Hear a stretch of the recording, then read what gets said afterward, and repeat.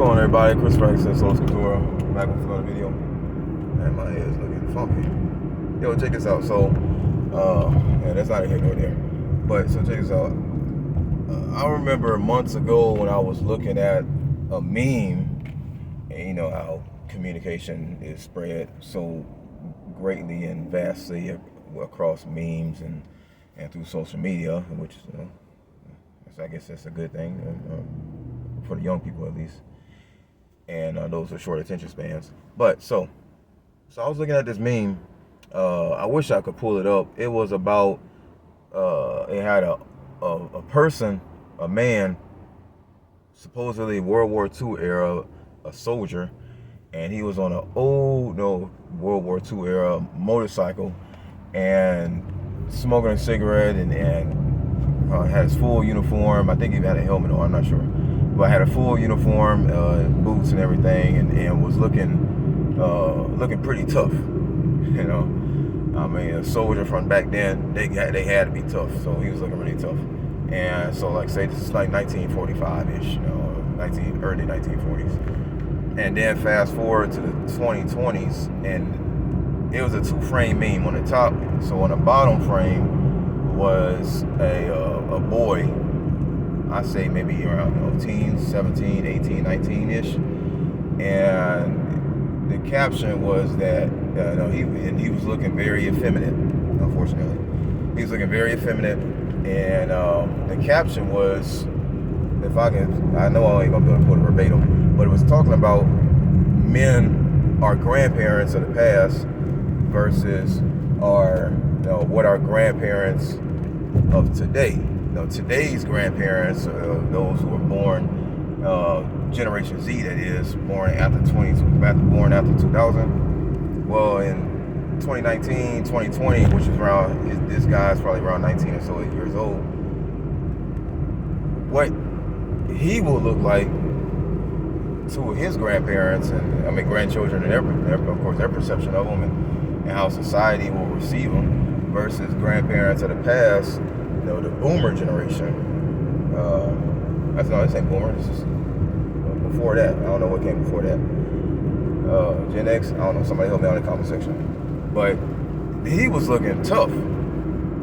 Somebody you don't play with.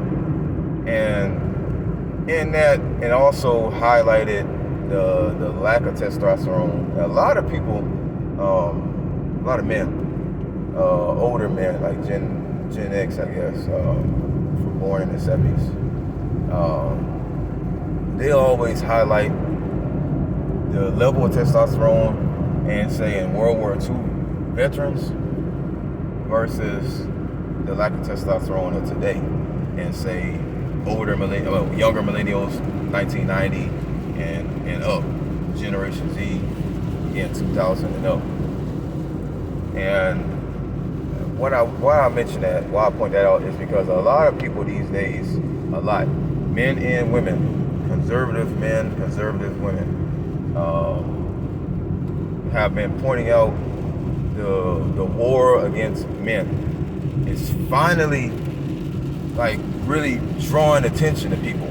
It's finally drawing people's attention, garnering attention, and people saying, "Oh wow, look at this! There's a war against men." Oh, it's pretty raining out here.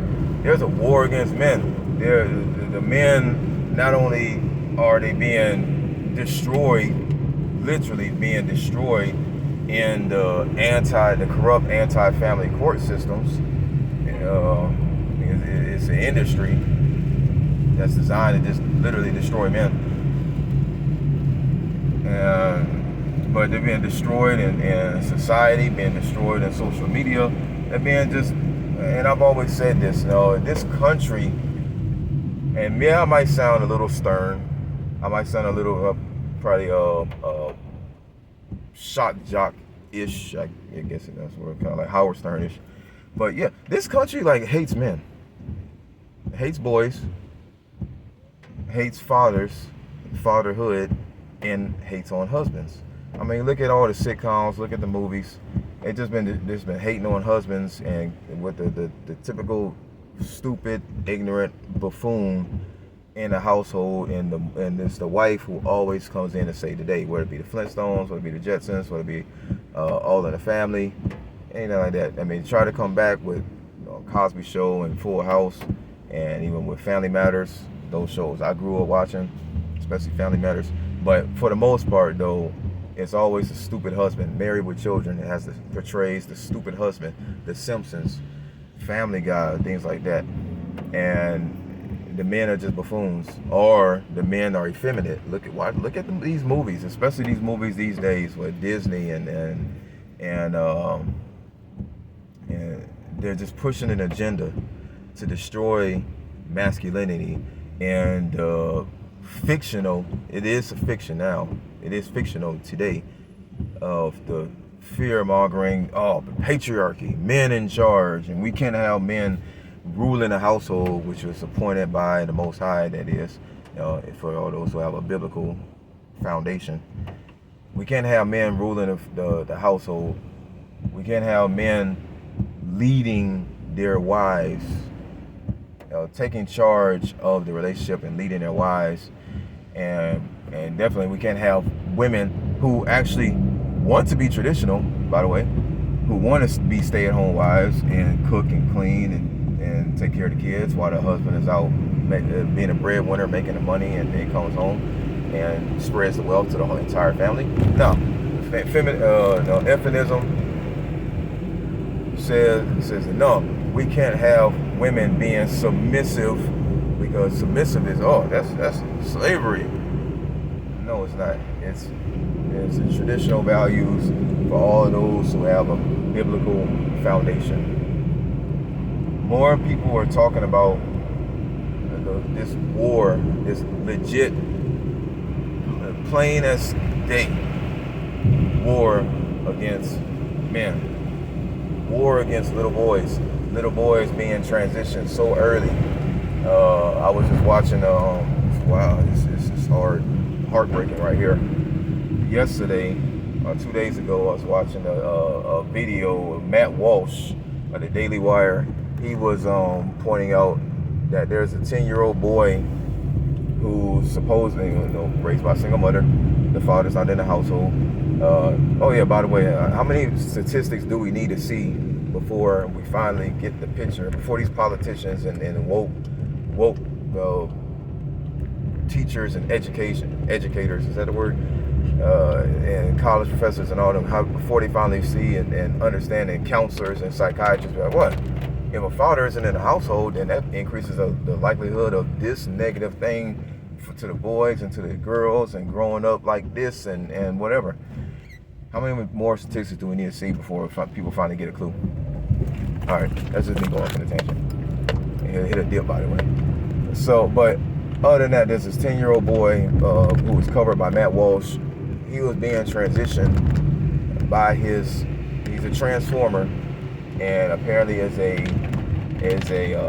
supposed, hasn't undergone any surgery yet, I don't to my knowledge, but the mother, who supposedly is a transformer as well, transitioning into a man, and is like with a woman, dating or married, whatever the case is, to another woman who is also transitioning into a man. It's just a whole bunch of foolishness. And then this 10-year-old boy, he was turned out since the age of 4. The mother talking about ever since, actually they're talking about before he came out the womb. Well, as soon as he came out the womb, when he was only like a few months, 6 months, 10 months old or something like that, that he already knew what he wanted to do. At 10 months old, a 10-month-old infant, little baby, cute little boy is thinking about his sexuality at 10 months old. Okay, stop the cap. So this boy is now the youngest runway model in history, the youngest trans runway model in history. I hope there wasn't any heterosexual that were that young. But, and then it got me thinking about, wow. And I was actually thinking about the old song by the rapper Eminem. I don't listen to him anymore, but he had a song, "Cleaning Out My Closet," and on that song, he highlighted Munchausen syndrome. I don't know if I said it right, probably didn't. I probably butchered the word, but when this disease or this disease of the mind, mental disease, is the parent is using the child for sympathy. That is creating a disease, a fictional disease, and saying that, hey, my child is sick, I need help, look at me. And it's really is a narcissistic quality. And that word was trending on, like, if anything was trending, that word was trending for a long time when that song first came out, when Eminem first came out with that rap song. And people wanted to know what it was. I didn't know what that was. I was like, one child syndrome, what's that? Is that some kind of disease that she's eating, food disorder or something? No, but it comes out. So it's amazing is that in these days, psychological, child abuse, just calling a spade. And these days, amazing is where child abuse, say, like, I remember way back in, what's that far back, maybe like 10 years ago or something like that, 10 years ago, Adrian Peterson, who was the former running back for the Minnesota Vikings, he was whooping his son with an extension cord, I think it was, and he ended up getting suspended by the league, and there was a big old outrage and a big fuss, and parents everywhere, all across the country, just was coming down on him, and just condemning him for what he was doing. But yeah, so this is, and they were calling that child abuse, from Adrian Peterson whooping up on his boy with an extension cord. But this woman is forcing her then 10-year-old boy to transition, going through. She says she's gonna wait until he's 16 so he can have these surgeries. But even just the fact that just having him dressing in these clothes and walking on the runway so he can be seen by all these adults, the P word, these pedophiles, adults who are looking at this boy.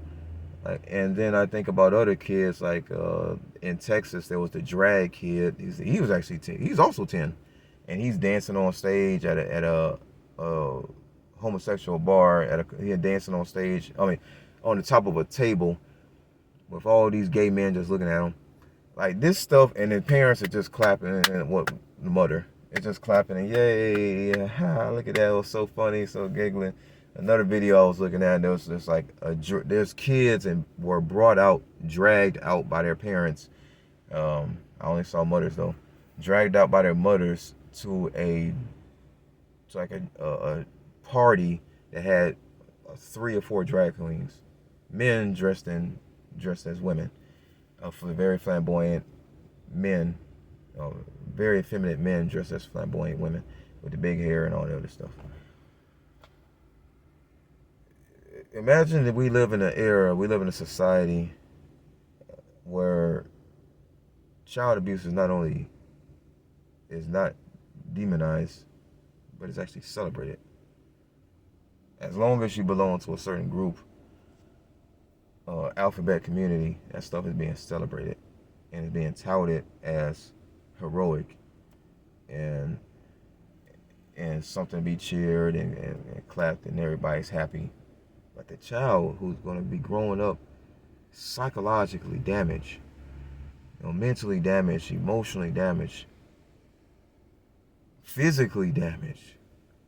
If you remember that woman who transitions to a man was talking about her life expectancy was shortened on the Matt Walsh documentary, What is a Woman? Her life expectancy is shortened, and all of the drugs and the stuff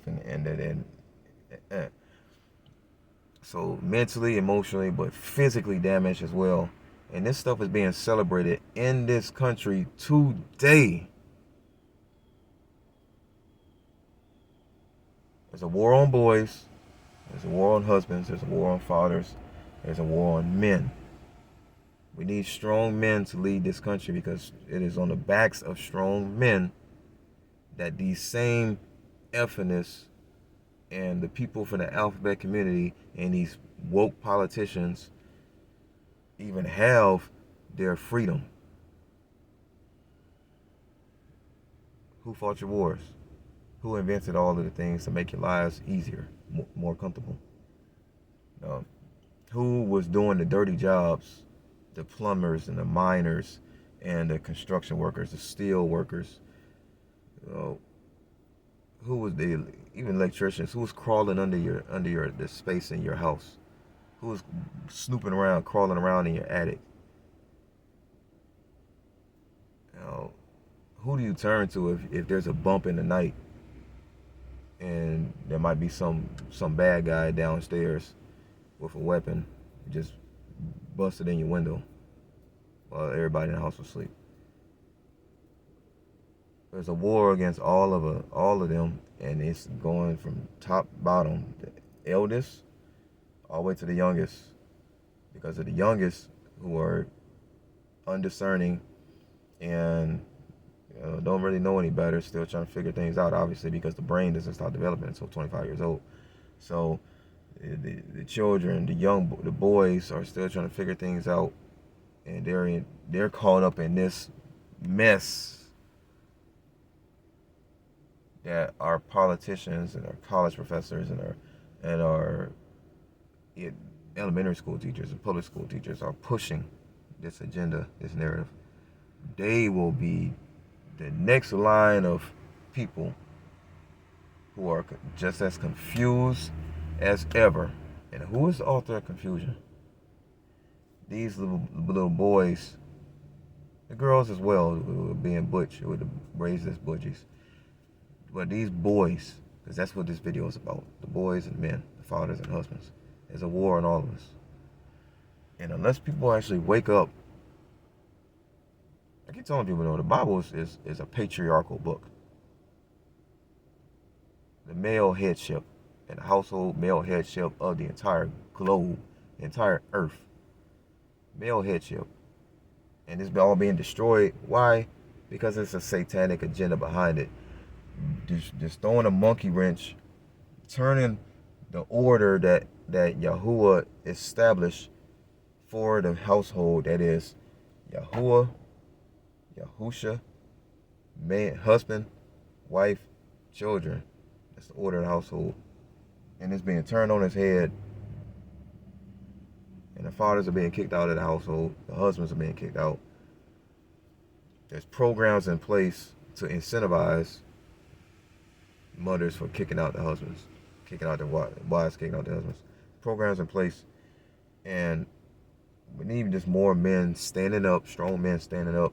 If it takes World War II veterans, Vietnam era veterans, Gulf War, the people for veterans of the war on Iraq, the war on terrorism, that's me, standing up and saying something, then damn it, we're going to say something. I'm going to stand up and I'm going to say something. I need more people talking about this. Meet me in the comment section. Hit the like button also. Hit that notification bell. Know the next time I post a video. We need more people in the comment section talking about this, because this war is far greater than a fictional war on drugs and a fictional war on terrorism and a fictional all that stuff. Far greater than that. This war is from within. The Trojan horse from within. Whether it be the president, the administration, or politicians, the court of public opinion. This war is coming from within. And it's causing a lot of men to check out, especially when they see videos like this one. Until next time.